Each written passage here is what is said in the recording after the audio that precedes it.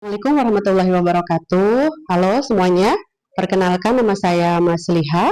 Saya dosen keperawatan di Prodi D3 Keperawatan Setikes Aksari, Sekolah Tinggi Ilmu Kesehatan Aksari di Kabupaten Indramayu. Saya mengajar di D3 Keperawatan di rumpun ilmu keperawatan maternitas. Di keperawatan maternitas ada yang namanya PNC, postnatal care, dan di dalamnya mempunyai CPL untuk mahasiswa pembelajarannya dalam postpartum. Apa aja di dalamnya? Ada evaluasi atau observasi setelah melahirkan untuk melihat adanya infeksi atau tidak, dan pada puncaknya mahasiswa harus mengetahui bagaimana cara asuhan keperawatan pada ibu postpartum.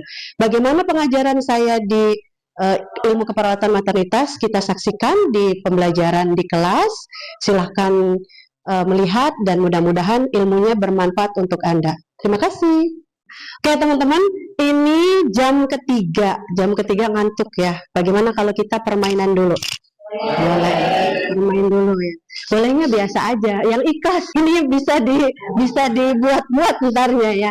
Kita permainan dulu, kita ice breaking, tetapi tetap mengasah otak ya. Ice breakingnya ada 3. Nah, ini yang pertama kita santai dulu karena ice breakingnya asah konsentrasi visual. Asah konsentrasi visual. Oke, siap? Siap ya.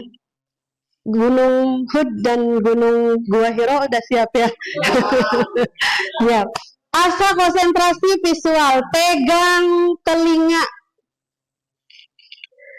pegang hidung. Salah. Ayo pegang hidung. Visual dong. Salah berarti. Visual ya, visual. Pegang telinga.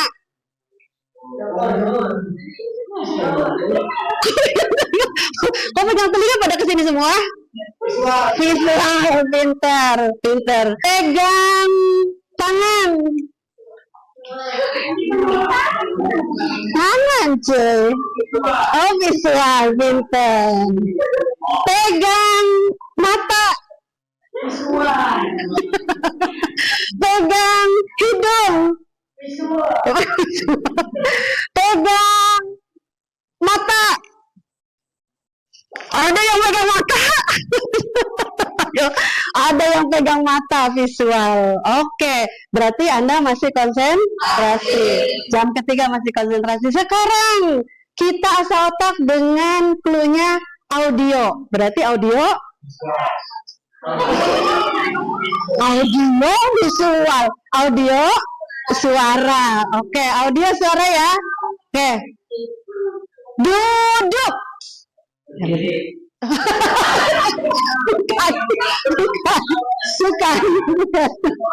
Bukan. Oke, berdiri. Audio berdiri dong. Oke, audio bergeser ke kanan. Bergeser ke kanan. Oke, audio ya. Pegang kaki. Audio, berarti audio. Bener dong, pegang kaki. Pegang kepala. Tangan sedekap. Oke. Ingat clue-nya. Sekarang kita clue-nya berbeda ya. Ini audio visual. Sekarang kita motorik. Audio visual motorik. Ingat clue-nya. Clue motorik adalah aksari.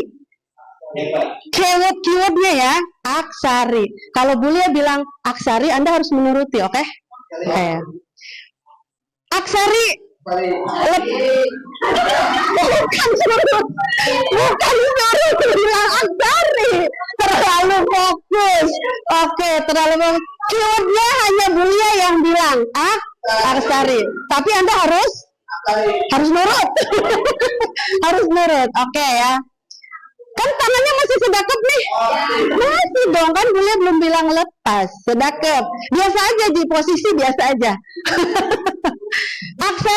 lepas tangan. Oke. Aksari tepuk tangan 2 kali. Aksari tepuk tangan 2 kali. Tepuk tangan 3 kali. Salah.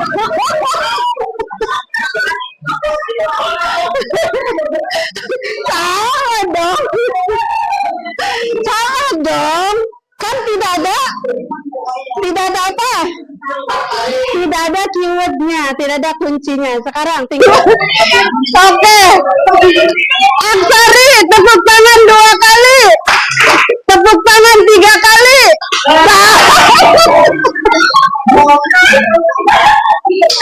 Aksari tepuk tangan 1 kali. Aksari mobil.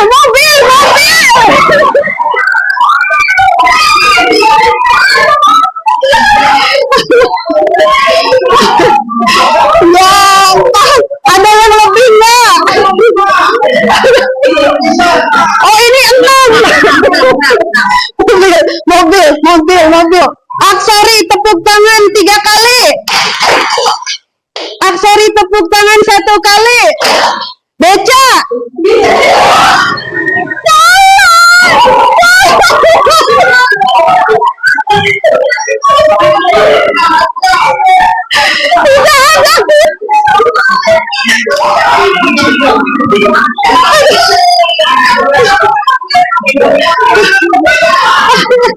Motornya apa? Motornya kok jadi 4? Aduh. Oke, yuk. Audio berdiri. Audio ya, duduk di tempat masing-masing. Sebelum kita mulai pembelajaran, enaknya biar fresh lagi, tarik nafas dulu deh teman-teman. Ya. Tahan 2 jam. Sebelum ini sebelum kita ke pembelajaran masuk ke materinya Bu Lia, tebak-tebakan dulu. Ikan apa yang jangan dipotong please. Ikan apa yang penampilannya bagus dan cakep?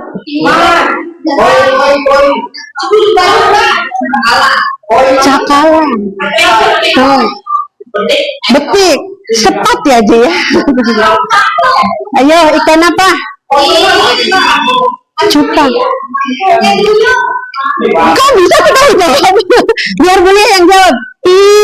Kan kalian semua yang cakep. Nah, ayo kita mulai ke pembelajarannya Bu Lia ya. Hari ini Bu Lia akan memberikan materi tentang PNC. Ingat nggak di materitas ada ANC, INC, PNC. A. Antenatal care. I. Intranatal care. Postnatal care. Pintar. Postnatal care atau kita lihat di di slide ya. Oke. Ibu postpartum atau setelah melahirkan ya, ibu itu perlu dikaji dan diobservasi. Ingat di intranatal kala berapa? Kala 4. Kala 4 itu observasi, termasuk diobservasi pendarahan, tanda-tanda vital ya, hipertensi apa segala macam ya, biar untuk mengetahui ibu itu berisiko atau tidak ya. Nah, ini dia ya, terhadap kemungkinan adanya perdarahan atau infeksi postpartum.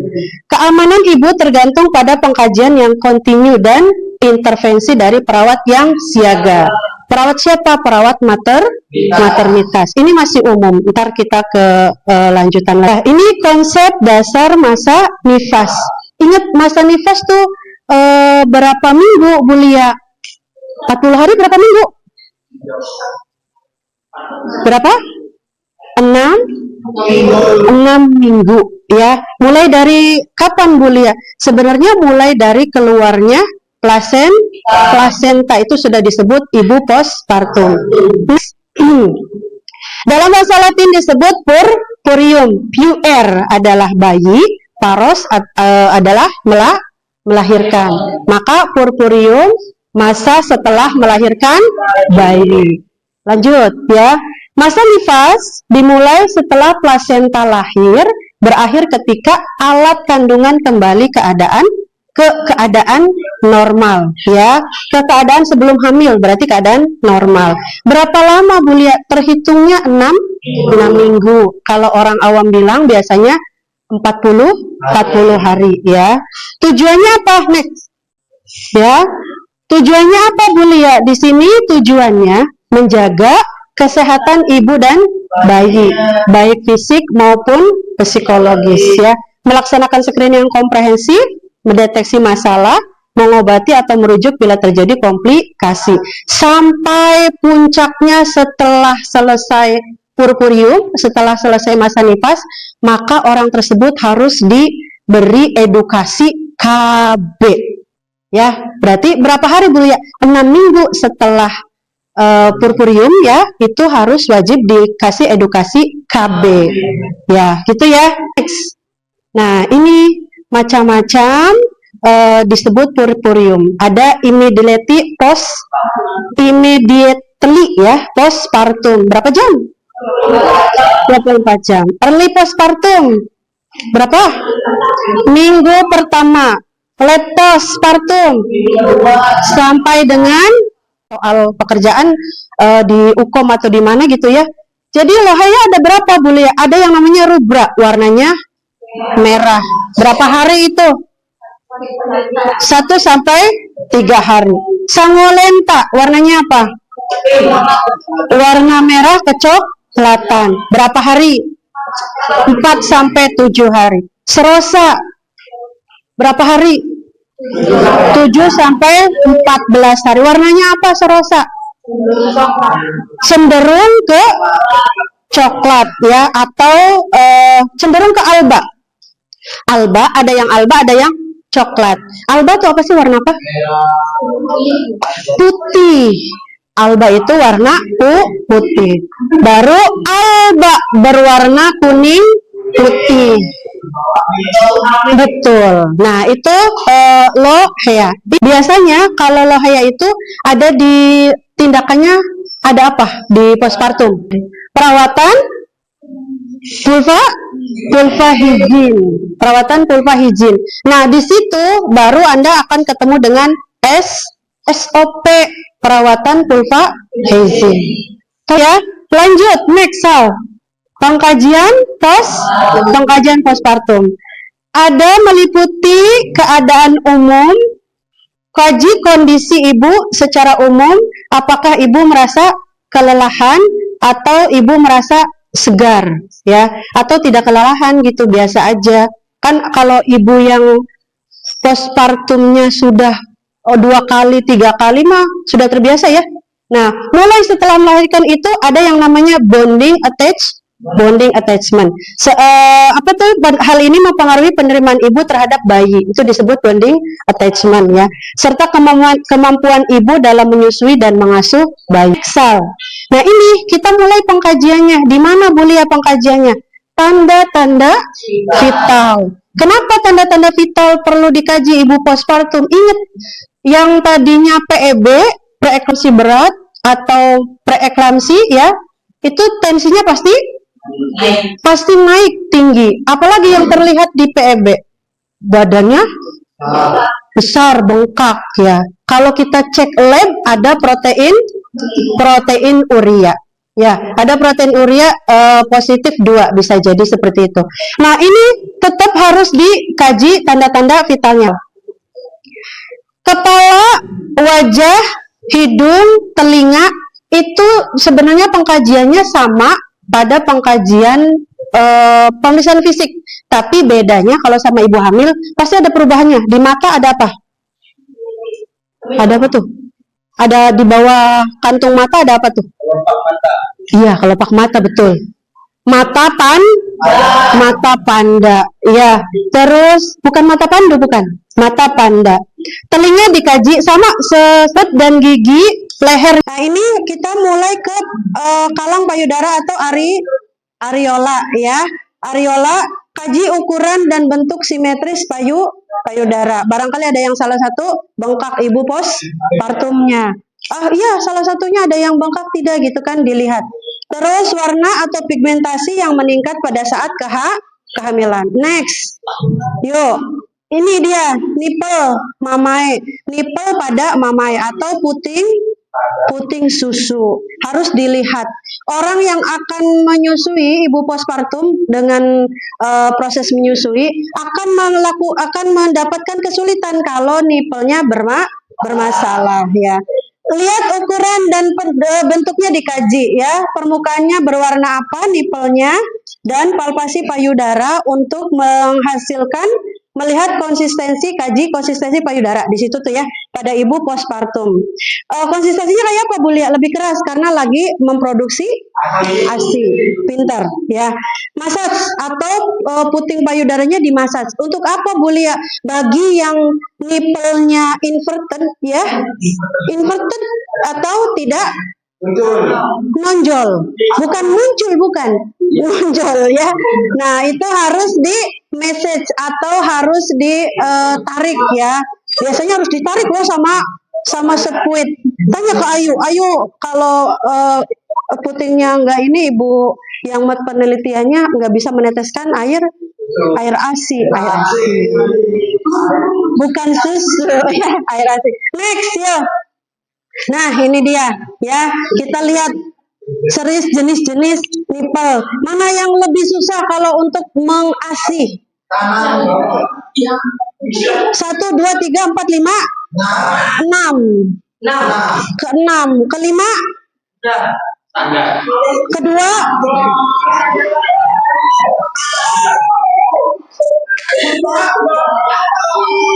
standar Chartered ya. Standar Chartered. Oke.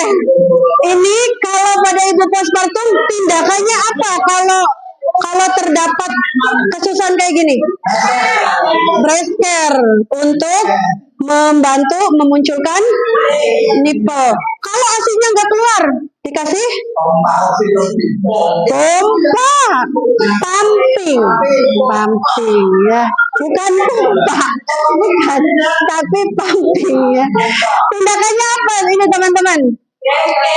Kalau untuk puting, kalau untuk mengasih, memproduksi ASI, oksitosin itu udah ada catatannya. Gizinya dikasih daun katu. Apalagi selain daun katu? Daun ganja. Daun ganja. Bukannya nyusui anak tidur ya. Udah, lanjut ya. Kasihan kaliannya udah jam segini. Dikaji abdomen berarti kaji adanya diastasis abdominalis ya, diastasis rectus abdominalis. Kayak apa Bu Lia tuh? Kayak gitu tuh. Nih. Kayak gini nih. Ya, diastasis rectus abdominalis. Kenapa Bu Lia di tengahnya kok kosong? Kenapa kok kosong? Tadinya ada bayinya. Normalnya berapa ini Bu Lia sentimeternya? Kalau anaknya 1 sampai 1,5, 10 mah ambak banget nang. 10 mah lebar amat nang ya. Baru kalau itu bayangin kalau 10 ini lowong loh. Ini kalau anaknya Gimeli tuh kembar, berarti ini 2 sampai 4 cm. Ini nih diastasis rectus abdominalis. Itu dicek ya. Ininya apa namanya? Pengkajian setelah ibu postpartum. Buya, berarti kalau ibu SC ada nggak? Ada nggak? Ada, tapi ngeceknya bisa nggak? Ngeceknya susah Bu, karena kalau dipincit ada luka, pasti sakit. Tapi pada intinya ada nggak diastasis rectusnya?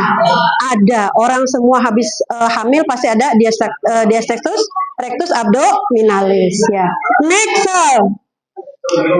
Next. Terus next lagi Sal. Nah, ini dia. Jadi otot perutnya di tengahnya kosong. Karena tadinya isinya apa? Bayi. Ih, pinter Iis ya. Isinya bayi. Next, Sal. Next, apa namanya, kita lihat lagi, dikaji fundus uterus ya. Lalu dikaji kandung kemih. Lalu dikaji next lohea ya. Nah, baru ini dikaji perineum. Ingat perineum dikajinya apa Bu Lia? Ibu postpartum dikajinya reda. R E E D A.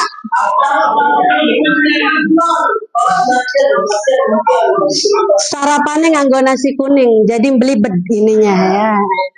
Reda, redness, edema, ekimosis, discharge, approximate. Ingat enggak yang ini? Reda apa? Reda apa? Redness apa? Merahan. Edem.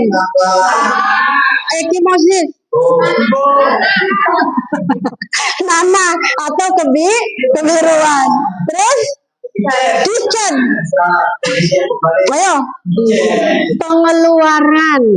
Ya, pengeluaran apa? Jahitan tuh ya. Samping kanan samping kirinya biasanya mengeluarkan apa? Cairan. Baru approximate atau kekuatan jahitan. Next, Sal. Nah, ini yang terakhir yang dikaji pada ibu postpartum, yaitu ekstremitas. Biasanya terjadi seperti ini nih. Seperti apa Bu Lia? Trombosis vena. Trombosis vena kayak apa? Ya itu. Makanya kalau ibu hamil yang ngedennya banget itu biasanya terjadi trombosis. Atau pada saat hamil dia kurang olahraga, kurang gerak, jadinya trombosis vena, deep vena ya. Sakit nggak boleh itu, sakit, nyeri. Jadi kalau ntar tesnya namanya Homan sign. Jadi telapak kakinya bukan ditekuk, diarahkan ke dalam. Itu kalau ditarik si venanya kenceng, jadinya sakit. Nah, itu ya trombosis vena ya. Kaji ekstremitasnya dan cara pemeriksaannya dengan tanda Homan signs ya. Next, Sal. Sudah. Selesai. Alhamdulillah ya. WRWB. Yuk kita masuk ke sesi diskusi. Siapin pertanyaannya, bukan diskusi nah. Tanya jawab. Siapin pertanyaannya. Oke, siapa namanya Nang? Cakep. Jelas.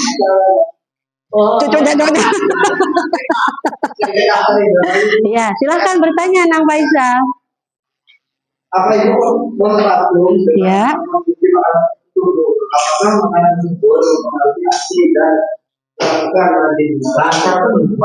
Lancar teman pertanyaannya ya. Boleh ulang pertanyaannya. Apakah ibu postpartum boleh bebas dalam mengkonsumsi makanan tertentu atau ada apanya Sal? Belum boleh juga. Atau ada makanan yang bisa mempengaruhi ASI. Siapa yang bisa jawab? Ibu Lia. Bertanya ke Bu Lia. Apakah boleh? Ya. Satu pertanyaan. Tapi rasa tiga. Satu-satu Sal. Apakah boleh ibu postpartum makan makanan tertentu? Ya, boleh. Ayo, boleh nggak makan durian? Boleh. Boleh nggak makan blengep, khas Bangkir, ikan, udang, sontong? Boleh, asal ibu itu tidak mempunyai alergi, sehingga alergen tersebut mempengaruhi ibu postpartum. Apa yang mempengaruhi ASI? Makanan yang mempengaruhi ASI, Isa? Apa yang mempengaruhi ASI? Godong katuk. Godong katuk terus ya. Selain godong katuk apa? Kelor, kenjer. Nggak ada kayaknya. Woi, notifis apa? Notifis apa? Kan bulan notifis. Ayo, yang mempengaruhi ASI, makanan ASI. Daun katuk, daun pepaya bisa emang? Oh bisa. Bule harus tahu penelitiannya ini, daun pepaya menghasilkan ASI. Daun apa lagi? Hah? Pertanyaannya. Nah, apakah boleh ibu postpartum mandi di malam hari? Ayo, boleh. Tadinya gak ada air, jadi mandi di malam hari. Boleh nggak mandi di malam hari? Untuk tujuan personal hygiene boleh. Tapi kalau orang tersebut punya alergi ya di cuaca malam atau di kedinginan, ya jangan dilakukan. Ya, benar nggak? Iyalah, kalau lagi ada alergi nggak bisa mandi di malam hari. Tapi untuk tujuan personal hygiene, boleh nggak mandi di malam hari ibu postpartum? Boleh. Ya, karena kalau tidak mandi malah personal hygiene-nya kotor. Next, lanjut. Jelas, Faisal? Jelas. Ada pertanyaan lain? Kenapa?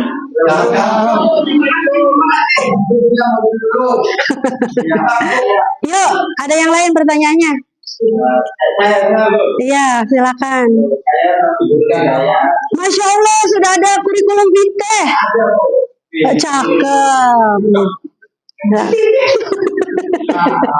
Ayo lanjut. Iya, apa tuh? Jadi boleh nggak Bu pengakuan medis yang lain pengakuan breast suaminya? Boleh nggak breast care dilakukan selain medis? Boleh. Dilakukan oleh siapa? Suami. Jadi bapak-bapak ini kalau ntar punya istri boleh melakukan breast care. Istri yang halal ya, bukan istri orang. Hah?